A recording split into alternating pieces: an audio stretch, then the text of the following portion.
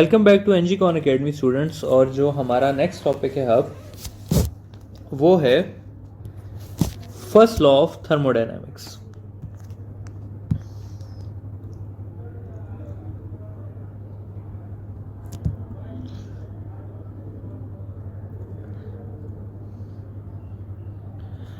First law of thermodynamics जो है students वो हमारे पास पीएमसी के आने से पहले, जो पीएमसी कंडक्टेड एमडी-कैड है, उससे पहले थर्मोडायनेमिक्स में ये तमाम एग्जामिनर्स का फेवरेट टॉपिक हुआ करता था। लेकिन जब से पीएमसी आया है तब से इसकी इंपॉर्टेंस काफ़ी कम हो गई है और पिछले 2 साल में हमने बहुत कोई गिने चुने सवाल इस टॉपिक से देखे हैं।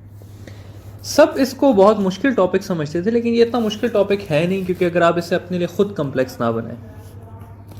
First law of thermodynamics basically एक इंटरप्रिटेशन है law of conservation of energy की।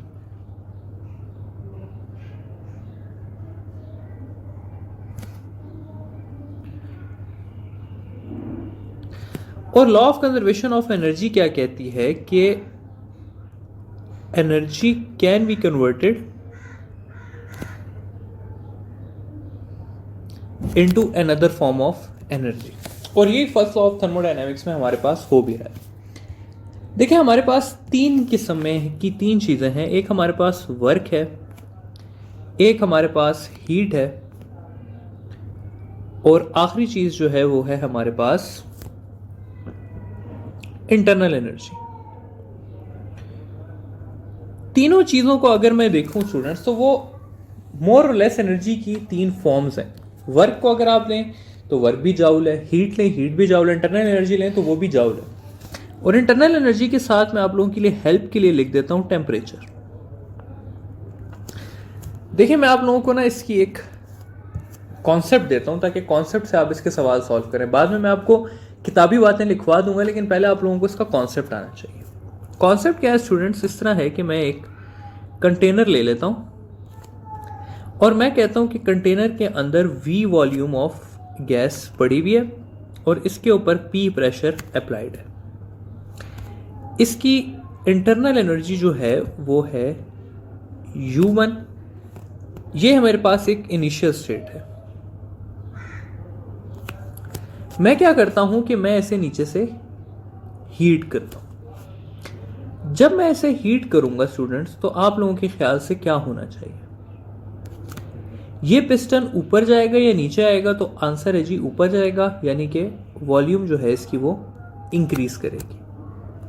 अगर वॉल्यूम इंक्रीज करेगी इसका मतलब है इसके ऊपर वर्क हुआ है।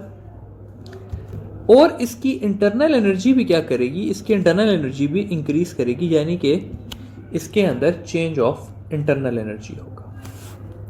तो इस चीज को अगर मैं समराइज करूं तो मैं इसको ऐसे लिख सकता हूं स्टूडेंट्स कि जो मैंने हीट दी वो किस किस फॉर्म में अपेयर हुई? वो वर्क की फॉर्म में अपेयर हुई और वो इंटरनल एनर्जी की फॉर्म में अपेयर हुई। तो इसको मैं इस तरह से लिखता हूं कि Q is equal to W plus delta U।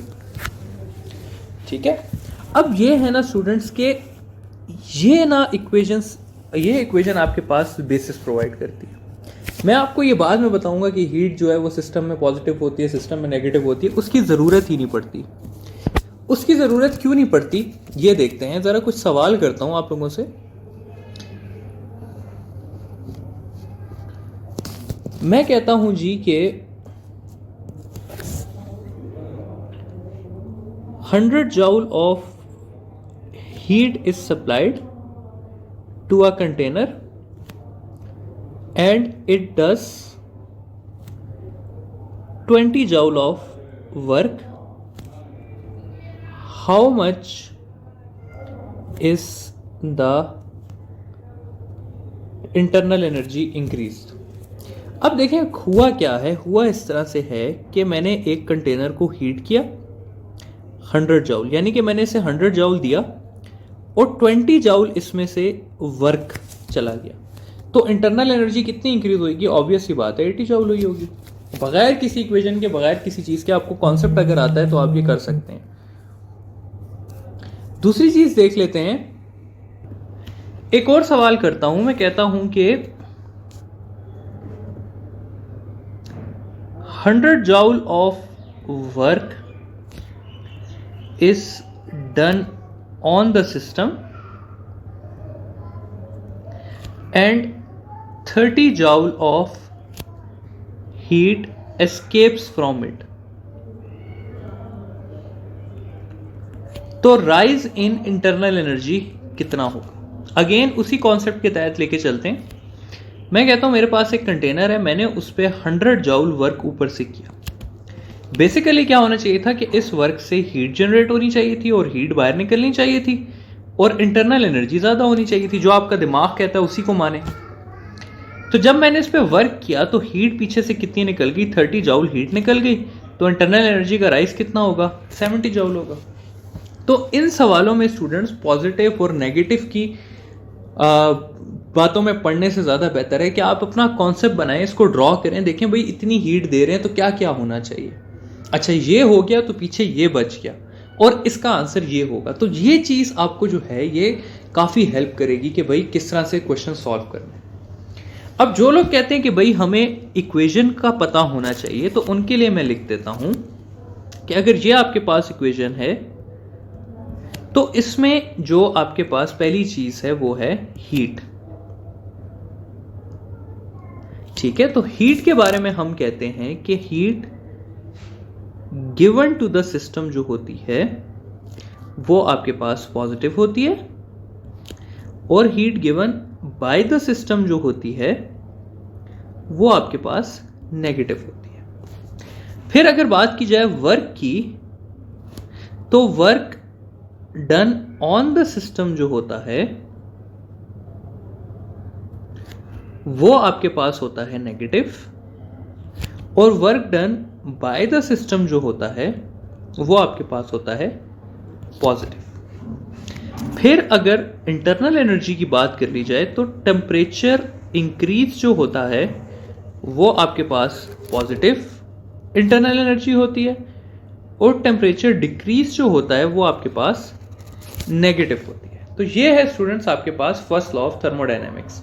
पिछले 2 साल से जो फर्स्ट लॉ ऑफ थर्मोडायनेमिक्स से सवाल आ रहा है वो सिर्फ यही आ रहा है कि first law of thermodynamics is based on, तो उसका आंसर है law of conservation of energy. बस इतनी सी बात है। ठीक है, फिर मैं आपको फाइनली एक बार और एडवाइस करूंगा कि जब ये सवाल आए तो प्लीज इसकी इक्वेशंस में ना पढ़िएगा, इसको बगैर इक्वेशन के जस्ट दिमाग से सॉल्व करने की कोशिश करें। मैं आपसे एक ओरल सवाल पूछता हूं, देखें आपको उसका भी आंसर आएगा। मैं कहता हूं जी कि एक मैं कंटेनर को 30 जॉउल हीट देता हूं और वो कोई वर्क नहीं करता, तो वो 30 का 30 जॉउल किस में अपेयर हो जाएगा? इंटरनल एनर्जी में। तो इंटरनल एनर्जी क्या हो जाएगी उस चीज़ की? इंक्रीज हो जाएगी। ठीक है, कितनी होगी? 30 जॉउल ही होगी। मैं कहता हूं जी कि मैं एक चीज़ के ऊपर 100 जॉउल वर्क करता हूं और उसकी इंटरनल एनर्जी इंक्रीज नहीं होती, तो वो कितनी हीट देगी? 100 जॉउल हीट देगी। तो ये सिंपल कन्वर्जन्स हैं। अगर आपको जनरल सा थोड़ा सा भी आइडिया है कि भाई वर्क करने से इंटरनल एनर्जी ज़्यादा होती है, हीट देने से इंटरनल एनर्जी ज़्यादा होती है, तो इसको आप बगैर किसी इक्वेशन के सॉल्व करें, आपको ज़्यादा अच्छे आंसर मिलेंगे बनस्बत अगर आप इसको इक्वेशन से सॉल्व करेंगे। ठीक है, तो ये है आपके पास फर्स्ट लॉ ऑफ थर्मोडायनामिक्स। इसके बाद हम जाएंगे प्रोसेसेस के ऊपर, जो कि काफ़ी इंपॉर्टेंट टॉपिक है।